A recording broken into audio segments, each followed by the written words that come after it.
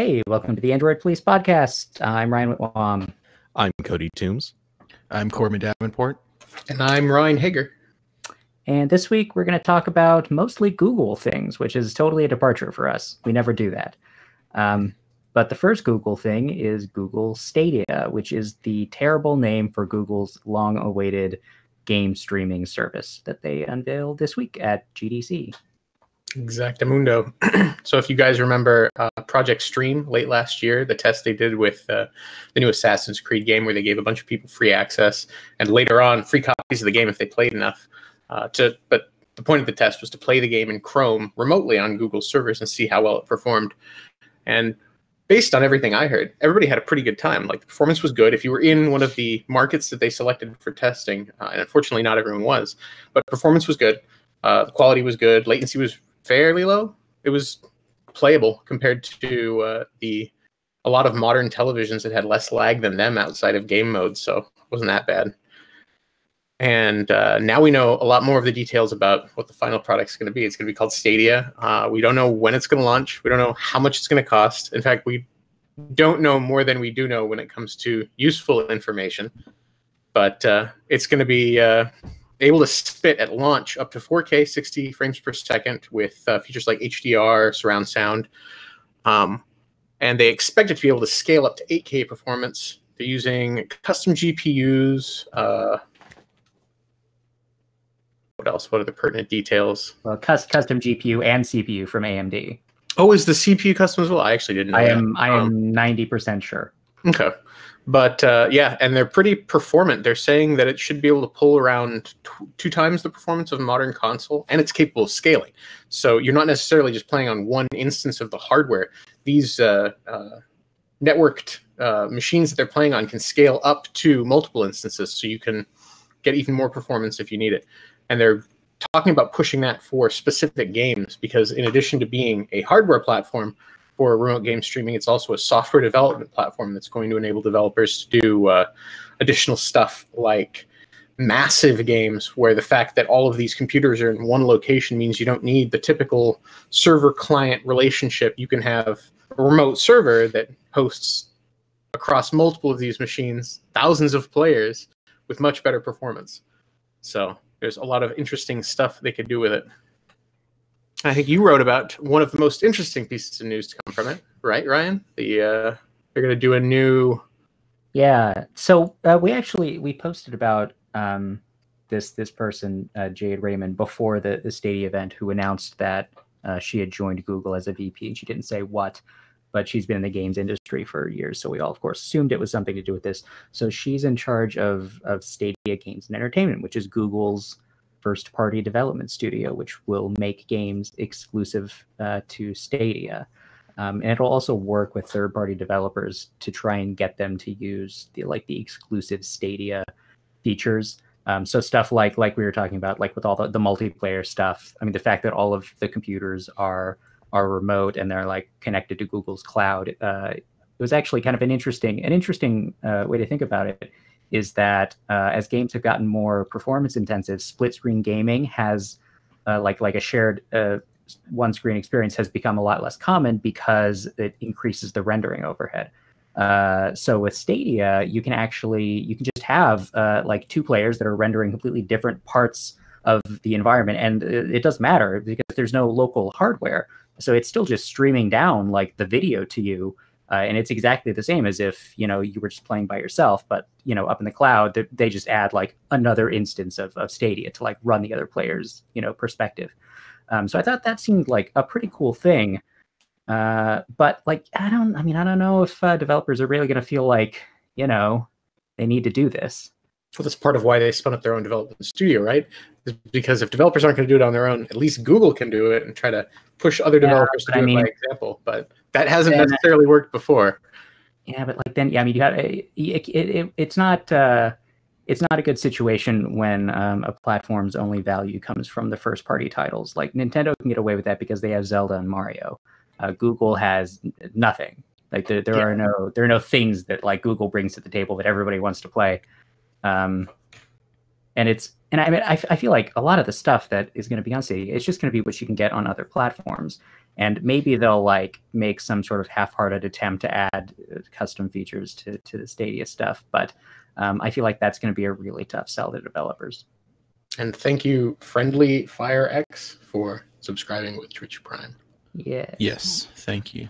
But so like, Google's whole thing here seems to be that they want to make it super easy to start playing these games. They said that, you know, when you press the button to start a Stadia game, it could start in as little as 5 Basically seconds. instant, yeah. Yeah. We'll just have to see how many developers jump on board, because that's going to be the difficult thing. We don't know, because we know that we worked with Ubisoft for this test, so we don't know how well Stadia might work, like right off the bat, with titles that aren't optimized for it necessarily.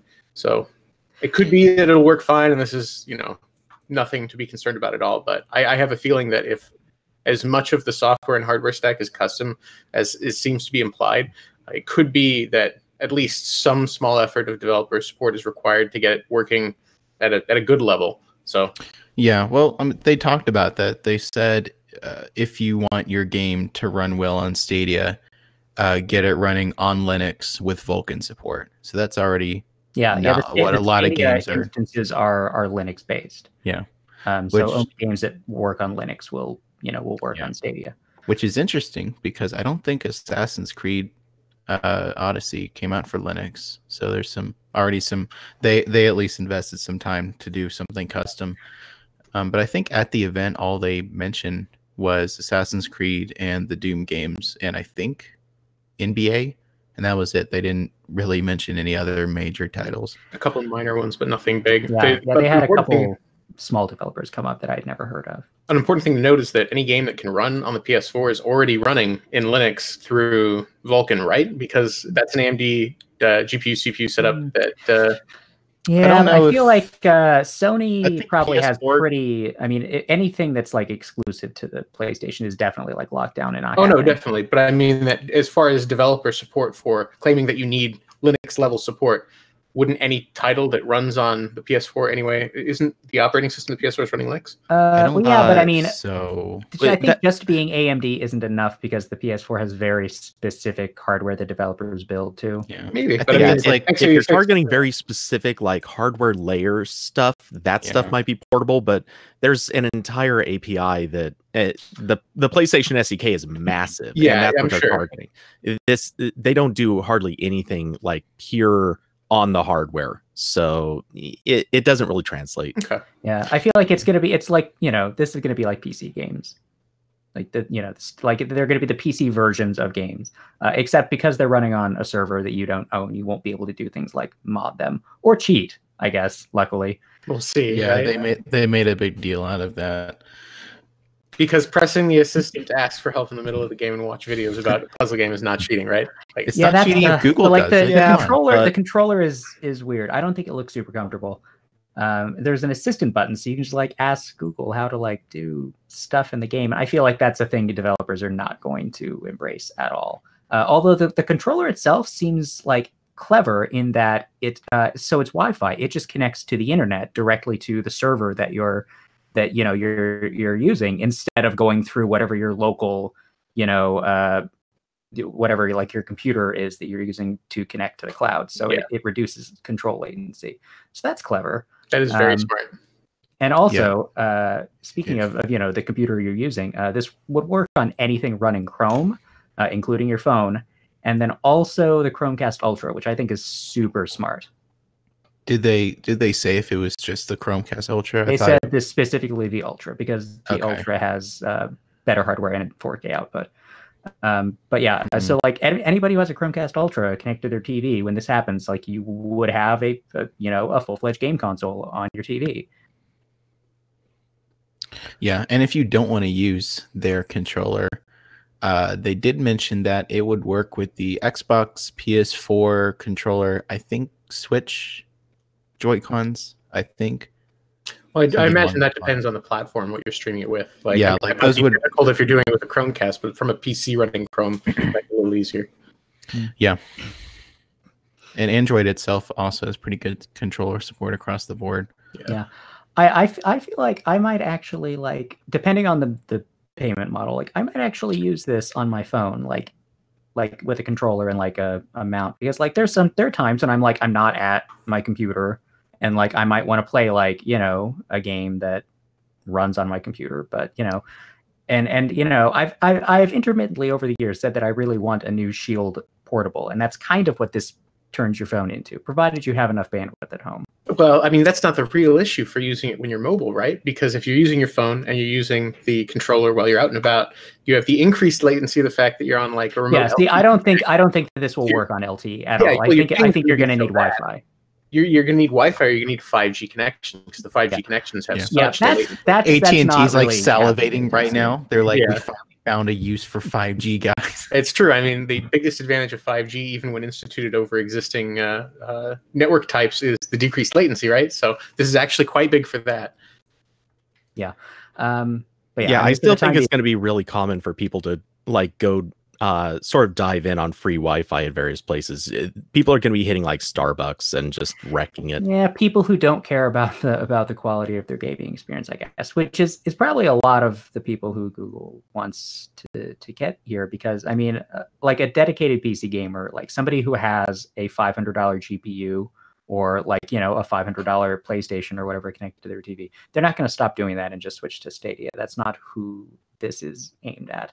This is like people who would maybe, you know, who would like to play games, but they're not going to spend that kind of money on dedicated hardware to do it. Yeah. Well, who knows what the pricing is going to be looking like? That'll be the real determiner.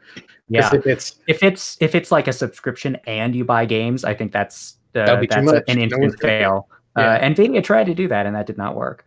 Then they tried like just the subscription, and that still did not really work. I think the way to go, and I don't know if it's realistic, would be to make the streaming aspect of it free and just have you buy the games from Google's store. And by purchasing the game at $60, you have unlimited access to stream it. I don't know if the model would they did talk about like cross-platform saves, right? That was a thing. Yeah.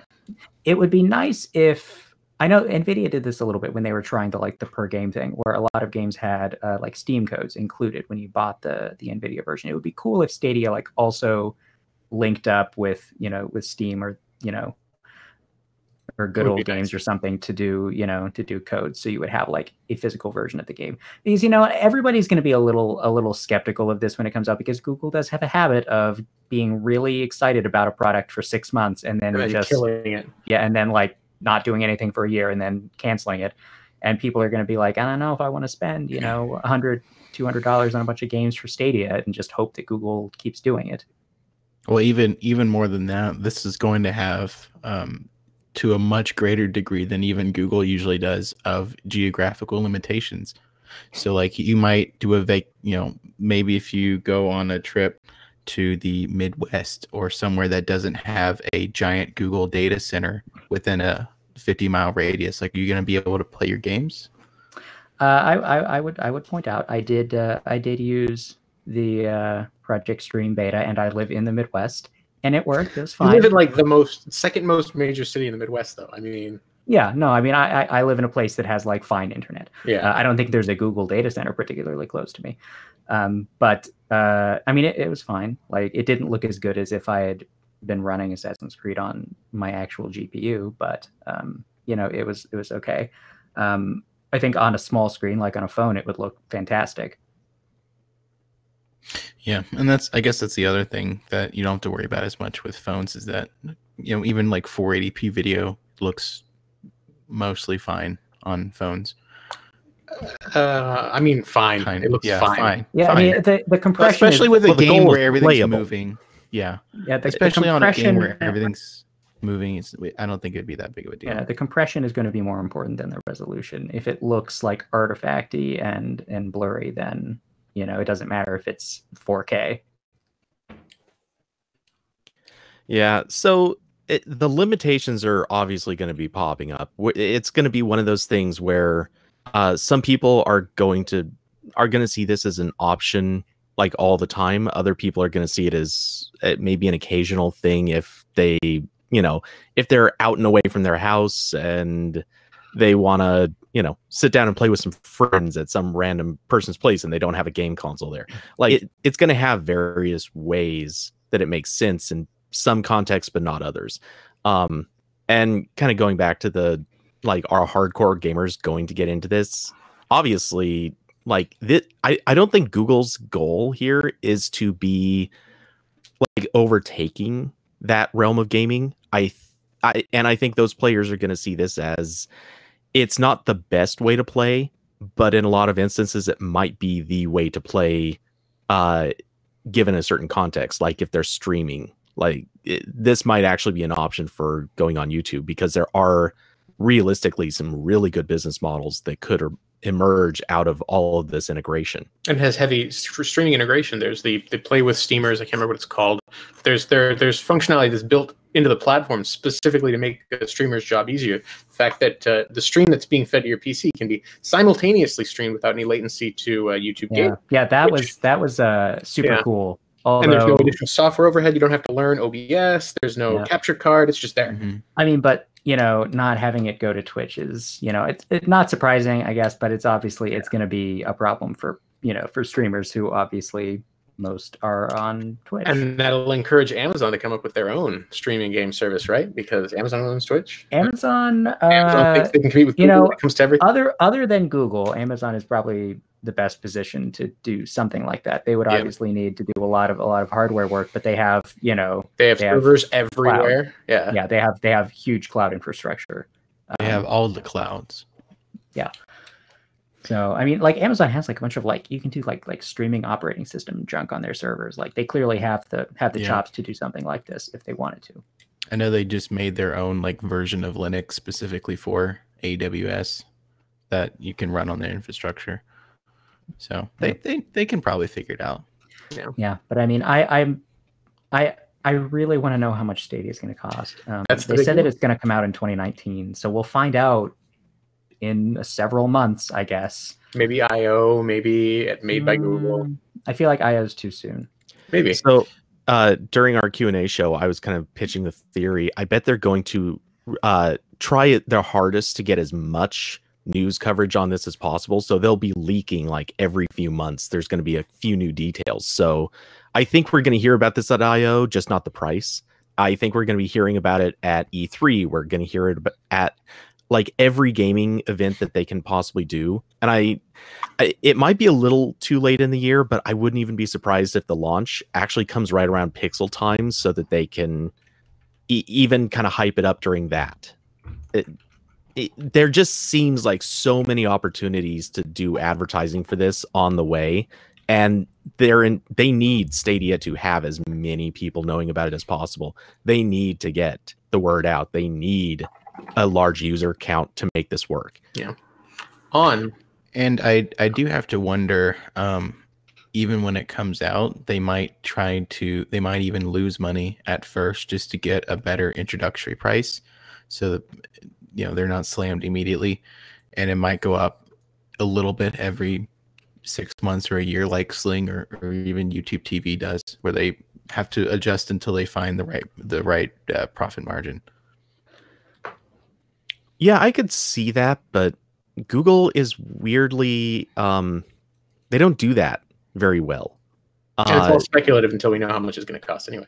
Yeah. But Google seems to have almost blindness in this territory. They will come out with stuff at a price that is completely unsustainable, either at the high end or the low end, and stuff just fails. They'd rather fail than fix when it comes to pricing, which makes no sense, but it seems to be the way of it.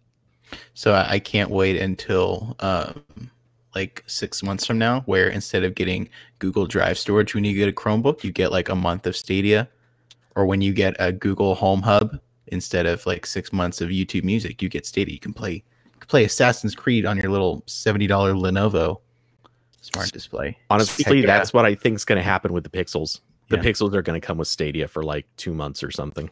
Or maybe forever. Maybe it's like Google Photos, you get free Stadia for the life of the phone, or for 2 years or whatever.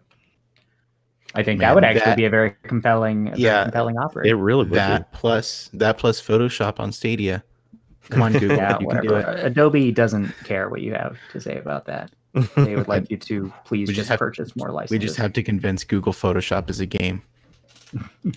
And Lightroom. Lightroom's a game too. Someone put it on Steam. Okay. Well, do we have anything else to talk about with Stadia? I had several good segues into shilling time, but they got stomped on. Really quick. So Corbin, that thing we were talking about before, is that going to happen?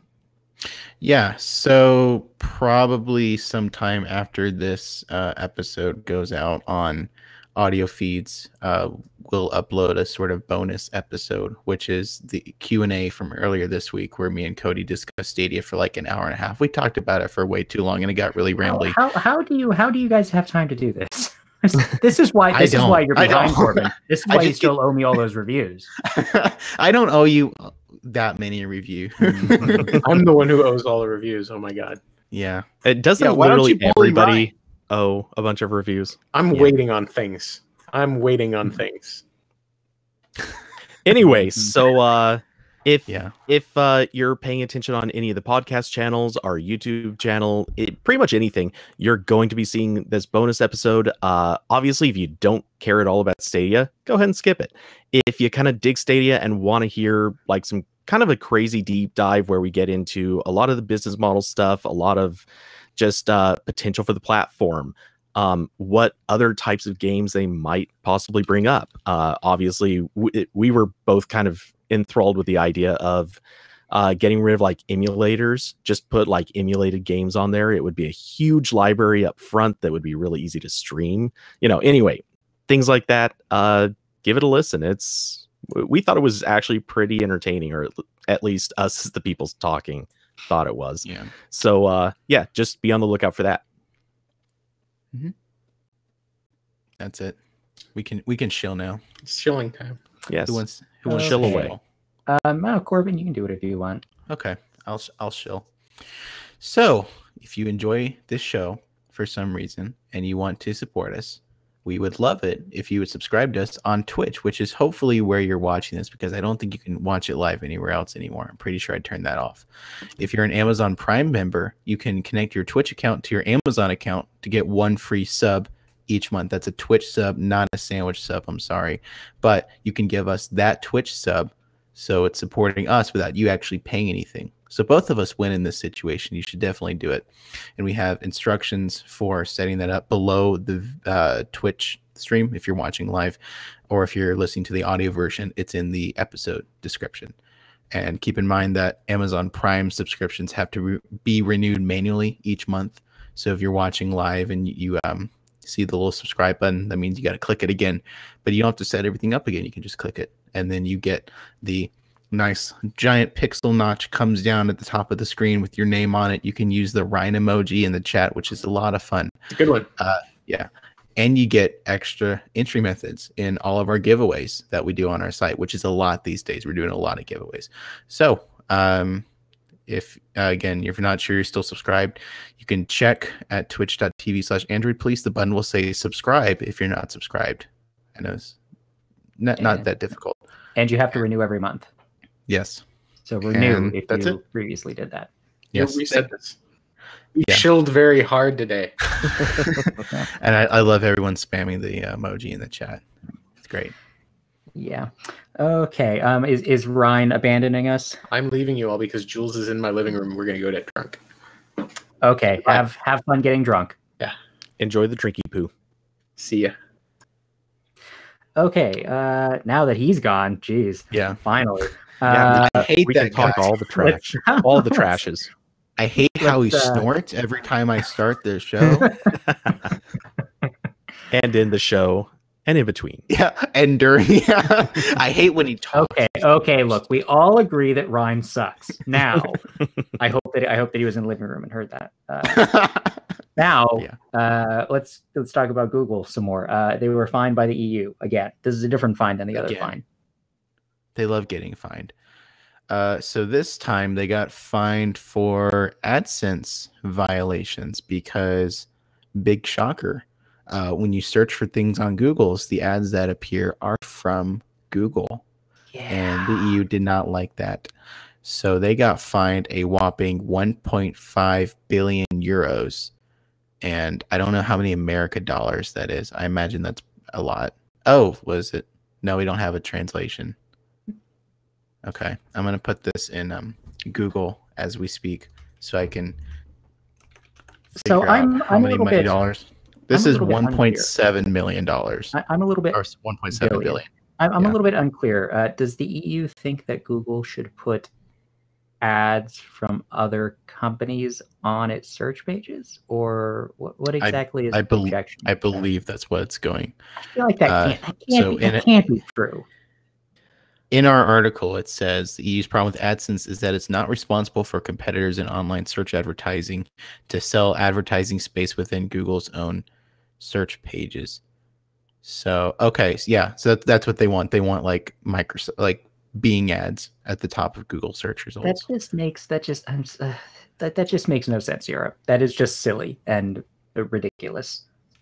It introduces some interesting questions. Not least of which is the simple fact that anyone who can advertise with those other companies can also advertise with Google. So I'm not really clear how the arm that is basically responsible for putting those ads on the page can't be, basically just the gatekeeper saying, hey, yeah, you just pay us, because at one point or another it's Google's page. It's not like somebody can't just, it's not like they can say, hey, you have to be able to put ads on here for free. They cannot demand this. It's Google's page, just well, like I don't no think one can tell us what ads we put on our page. Yeah, I don't think they're asking Google to like give charity to Bing, which Bing needs some charity, but that's besides the point. I think they're just asking like put a box on the page and let let Bing do the same kind of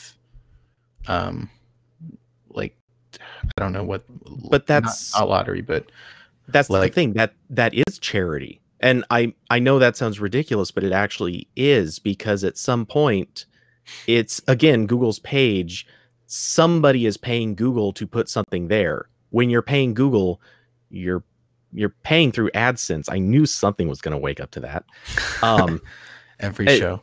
So one way or another, the point is you're paying AdSense. AdSense is basically just who you cut the check to.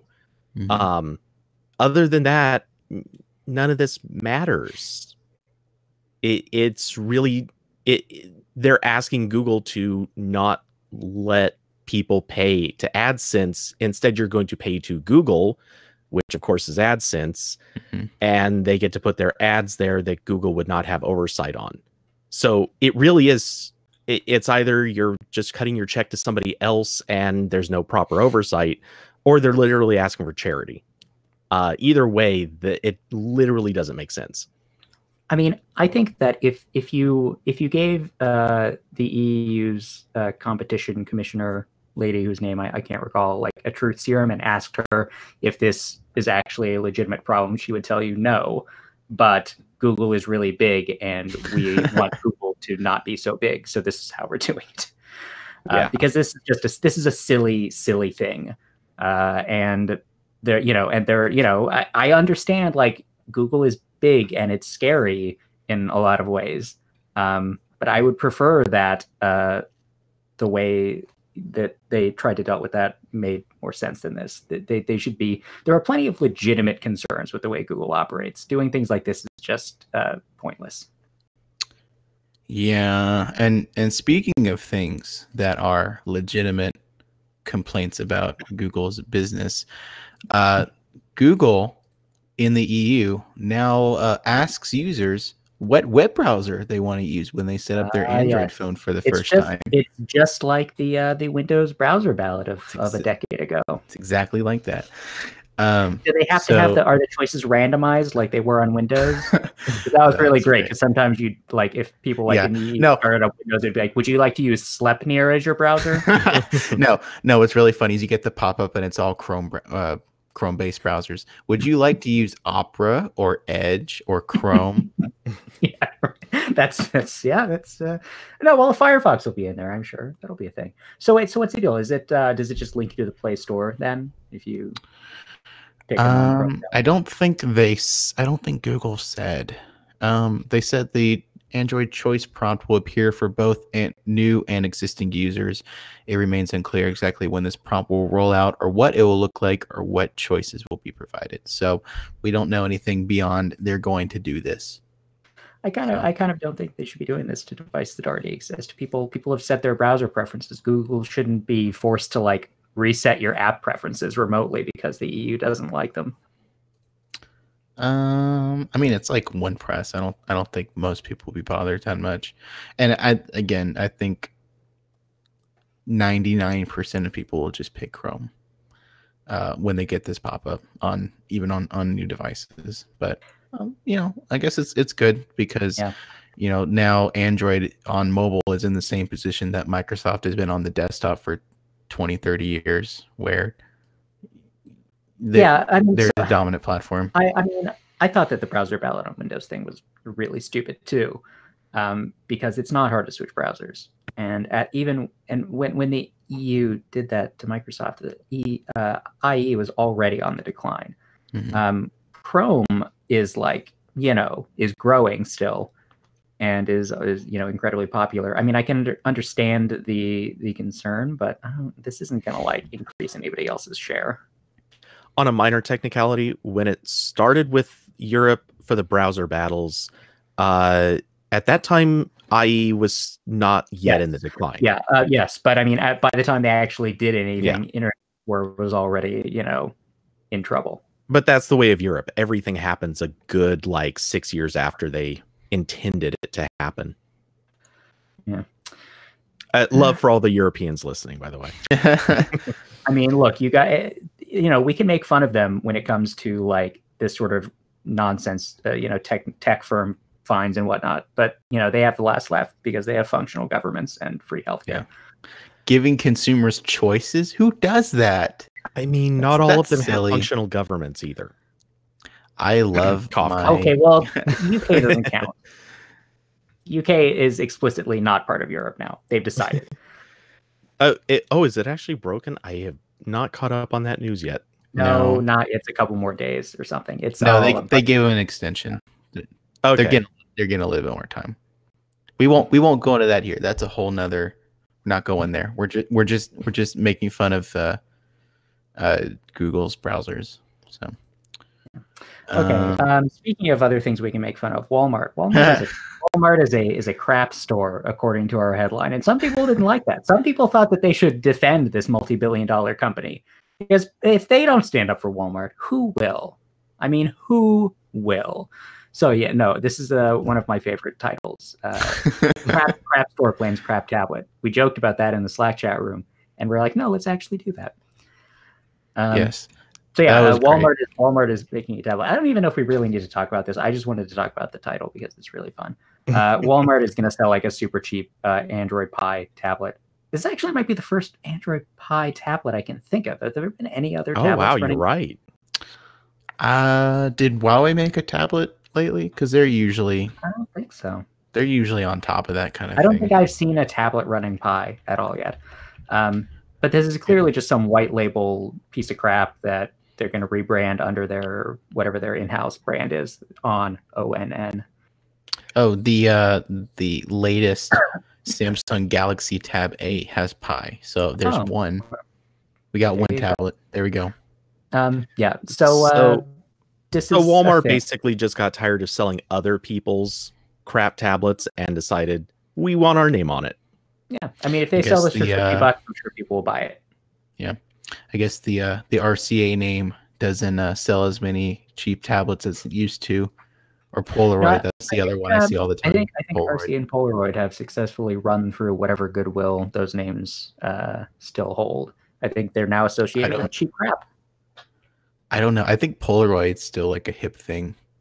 Sort of. I think sadly there are people who still buy that name. Polaroid cameras, like if you can get an actual Polaroid camera, I think that's hip. But new products with the Polaroid name, I think, are depressingly. Wait, you don't want a Polaroid flat screen TV or a Polaroid drone? I'm pretty sure I saw a drone on their website when I was checking something else. Polaroid, all the things. That's unfortunate. Is there anything else we want to talk about with the crap tablet? I feel like we've kind of exhausted that already. No, I mean, again, this will just be like a white label tablet's no, not it's interesting. going to be junk. You probably shouldn't buy it, Yeah. but it's, I'm sure they'll sell a lot of them because it's Walmart and they sell cheap stuff. Some part of me really hopes that these end up on some kind of crazy fire sale for like $5 or $10 a piece. I think these are probably going to show up in some sort of crazy malware sale. It's going to happen. Same thing. Yeah. From Walmart, same thing. They'll never get an update ever. And when people buy them, they'll just be falling apart out of the box, like the little glue is coming apart at the screen. Watch as these end up being some of the most well-updated devices out there. I mean, they will run terribly, but they watch as they end up getting updates forever. There's no chance of that. There's no chance. Okay. We're just going to remind you real quick that you should subscribe to the podcast. It's super easy to do. Just go to our Twitch page. There are instructions, and it doesn't cost you anything if you have Amazon Prime. So do that, please, so that we can keep doing the show. Because really, why wouldn't you want more of this? This is good for everybody. Okay, so we're going to talk about some phones that we reviewed recently. So the Galaxy S10e review went up. We did a review specifically of that model because honestly, that's kind of the one to get. Yeah, and it's different enough from the normal S10s that there's different things to talk about. It's still like it is different in ways, but it is close enough to like the S10 and the S10 Plus in capabilities that it's kind of, for most people, silly to buy the really expensive ones like this. So this phone is $750, and it's it's going to go on sale. Like, give it 2 or 3 months, and this phone is going to be $100 or $200 less. And even at $750, it's a good price. It's cheaper than the Pixel. It has battery life that's on par. Well, not right now. The Pixels dropped to 600 for the okay. Well, it's Pixel. Well, that's a sale. That's not like permanent, right? Well, it's been on sale since like January, so it well, might be kind of permanent. I don't know how long Google wants to keep it on sale, but interesting. They don't usually do that. Yeah. Well, at any rate, if it's still an $800 phone, then like this is $50 cheaper. Who knows? But so like it has battery life that's similar to the small Pixel. So it's like it's average. It's not great. The camera is not as good as the Pixel, but it's within spitting distance, I would say. It has the 855, so it's really fast. I mean, Samsung phones have not traditionally been, what I would call really fast, but the S10s are. They're snappy phones.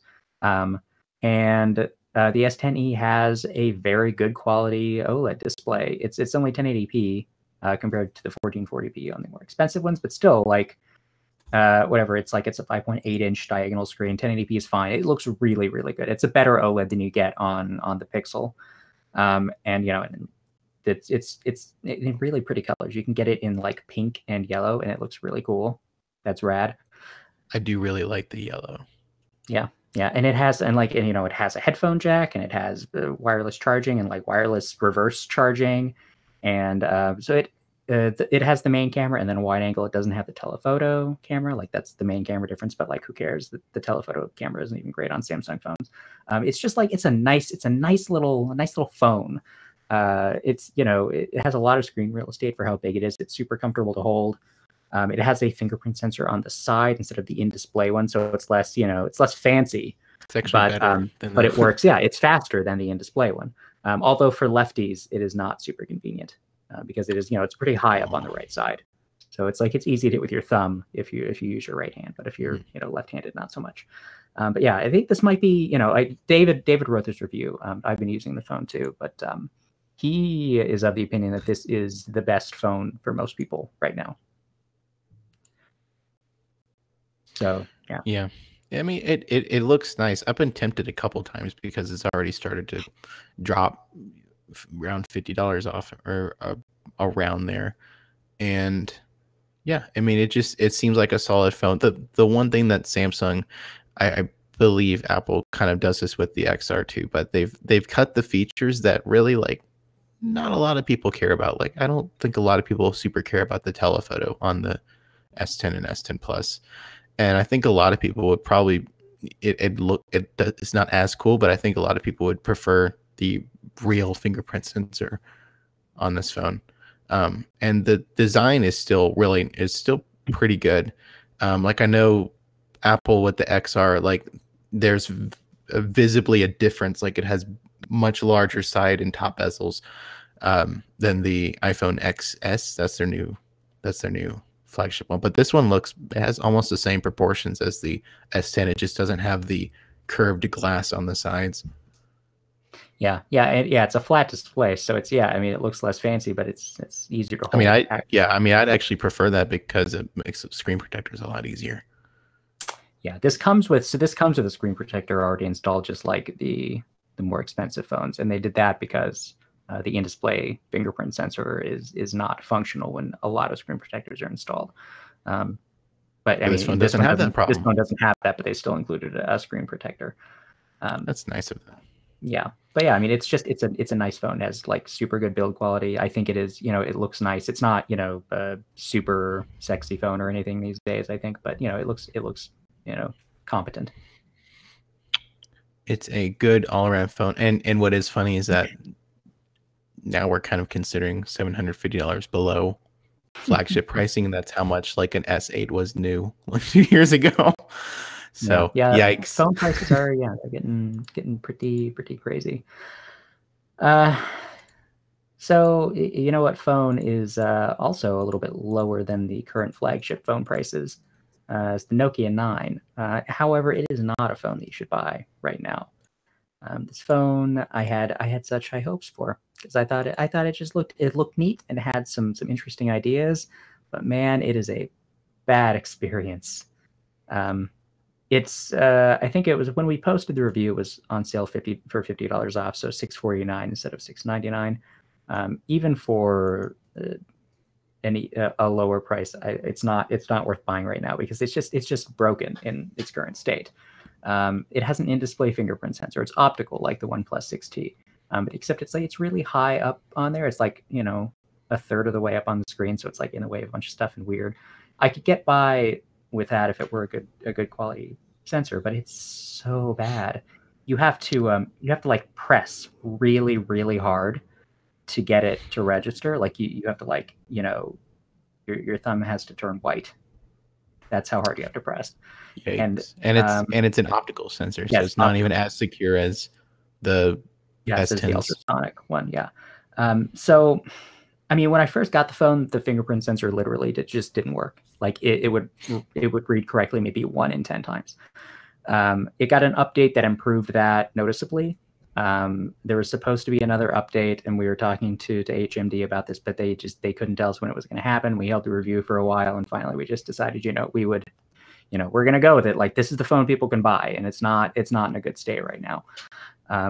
So I would say that it reads correctly, maybe, I don't know, 75% of the time if you're pressing hard enough.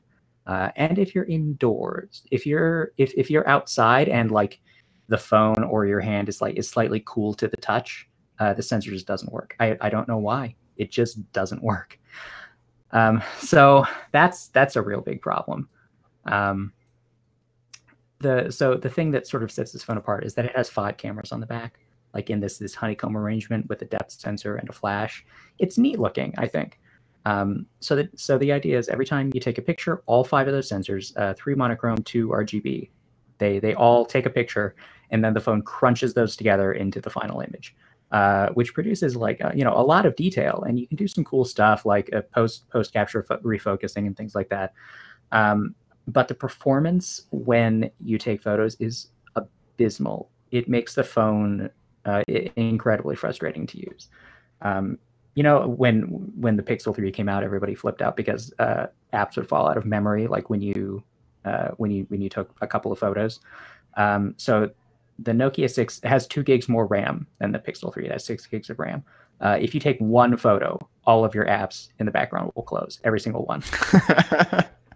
Oh dear. And like the whole phone just like slows to a crawl. It takes about 20 seconds for a single photo to process.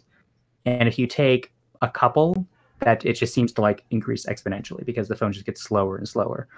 And then it also just sort of misses some of the presses. Like you press the capture button and it looks like it took a picture. The phone just like wasn't paying attention because it was so busy processing other photos. And sometimes, so you can turn on raw capture. I had that on for a while and I turned it off because I didn't know if that was like contributing to the issues. And like with raw capture on, sometimes I would end up with just the raw and not the processed JPEG. And like even when I turned that off, like photos would just they just wouldn't be processed. Like they would just vanish into the ether after I pressed the button. So it was very frustrating. And it's just, when you get a good photo with the Nokia 9, it's pretty impressive. Like I said, there's just a ton of detail. It has pretty good dynamic range, solid colors. It's just, it's a good quality camera. A little bit inconsistent. Sometimes photos will vary a lot, even if you just take them a second or two apart.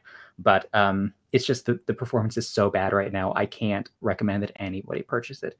We're gonna look at the phone again whenever this OTA comes out. I should actually turn on the phone later today and just see if it showed up yet. But the last time I used it, there was still no OTA. So we'll see if it improves. But I mean, I feel like HMD launched the phone in this state. So I mean, this might just be the way it is. Yeah, this is disappointing because I was actually pretty excited for HMD to try their luck at making a very good camera phone. And yeah, sounds like it didn't really work. It might, like you said, it might get a little better with software updates, but even besides that, I kind of think, again, like it's on sale right now, but $700 is kind of a lot. Again, when you can get a S10e for $50 more and it has a better processor, I think it has, okay, it's not going to have as big of a battery, but that seems like the better choice. Maybe if they drop this price more, but yeah. Well, Nokia made really the whole pitch based on the camera. And outside of the camera, there's not a ton super compelling about this phone. It's on paper, it doesn't seem bad. It seems fairly decent on paper. It's just outside of the camera, you don't really have a lot pushing it. And I mean, given the numerous problems with the camera, that's making it a hard sell anyway. But yeah, unless you're going in for the camera, it wasn't a phone to get. Yeah. So this was disappointing. I was kind of hoping for more. Yeah. But it sounds like HMD's sweet spot will continue to be like around the Nokia 6.1, that kind of around $200, really good value with quick updates. They're still pretty solid. They're updating their phones to Pi fairly quickly. I think they've got most of them updated now. Yeah, I mean this is another Android One phone, so the software is good and it'll get updates a lot faster than most phones. Mm-hmm. It's just I will also note I love the haptics on that phone. They're almost as good as the Pixel 3. There's a lot of good stuff here, and I wish that they had managed to fix the deal breaking problems before they released it. Yeah, it's a shame. Well, we'll see what happens in a few days, weeks, months, whatever. Yeah, however long it takes for them to fix things, assuming they fix them. Yeah. Slack. Someone didn't mute their device. That's a good note to end it on. Get back to work ping. Yep. All right. So yeah, I think that we're gonna call it there. Fairly short show this week. There was not a lot else to talk about. Yeah, it was a pretty slow week. All right. So yeah, if anybody out there has comments, concerns, questions, or threats, you can direct those to podcast@androidpolice.com. Please subscribe to the Twitch. It helps us keep doing this, and we'll catch you next time. Everybody.